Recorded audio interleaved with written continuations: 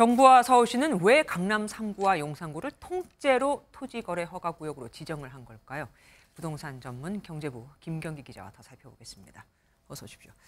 보통은 동 단위로 토지거래 허가구역을 이렇게 지정을 하잖아요. 네네. 그런데 이번에는 강남권 전체를 한꺼번에 묶어버렸습니다. 네, 상급지 전체적으로 단기 상승세가 가파르다고 판단한 거죠. 네. 이 집값을 주시하던 국토교통부가 서울시에 선제적으로 과감한 조치를 할 것을 요청을 했고요. 네. 지정권자인 서울시가 받아들였습니다.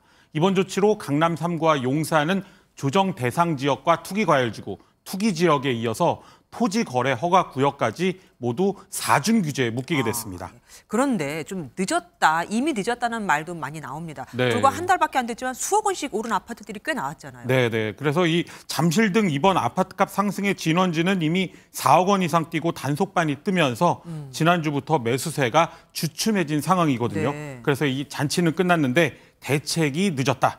이런 지적이 나오는 이유입니다. 그런데 사실 강남만 이랬던 게 아닙니다. 마포, 성동, 강동구 쪽도 들썩거렸거든요. 그런데 네. 왜 이쪽은 쏙 뺀 거죠? 정부가 검토는 했습니다. 그런데 이 조정 대상 지역이나 이런 규제 지역으로 지정을 하려면 요건이 맞아야 하거든요. 네. 그런데 워낙 이번에 단기간에 급등을 해서 그 요건을 충족시키지 못했다. 그런 후문이 들립니다.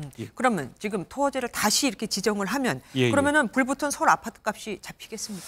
네, 일단 강남 쪽은 좀 불이 꺼질 것 같습니다. 사실은 정확하게 말씀드리면 이 대책의 효과도 효과지만 이미 그 가격이 급등해서 꺼지고 있는 상황이었어요. 너무 많이 올랐던 거죠. 그러다 보니 네. 좀 꺼지는 상황이었는데 이제 확실히 숨고르기에 들어갈 것 같습니다. 근데 다만 이 금리 인하 등 상승 압력이 여전해서 단기 가격 조정은 어려울 것 같다는 전망입니다. 이미 오른 강남권 집값은 원위치, 제자리로 돌아가기에는 하방 경직성 때문에 어려울 것으로 보입니다. 반면 이번에도 빠진 지역은 풍선 효과로 상승세가 퍼져나갈 가능성이 큽니다.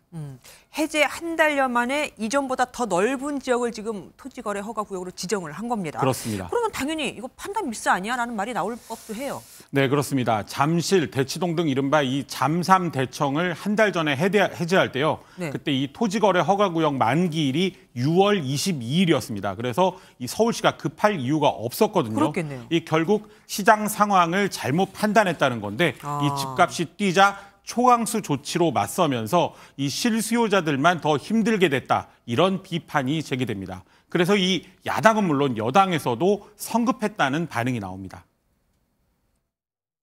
지난번에 그 해제할 때 조금 더 깊은 연구와 검토가 필요하지 않았나.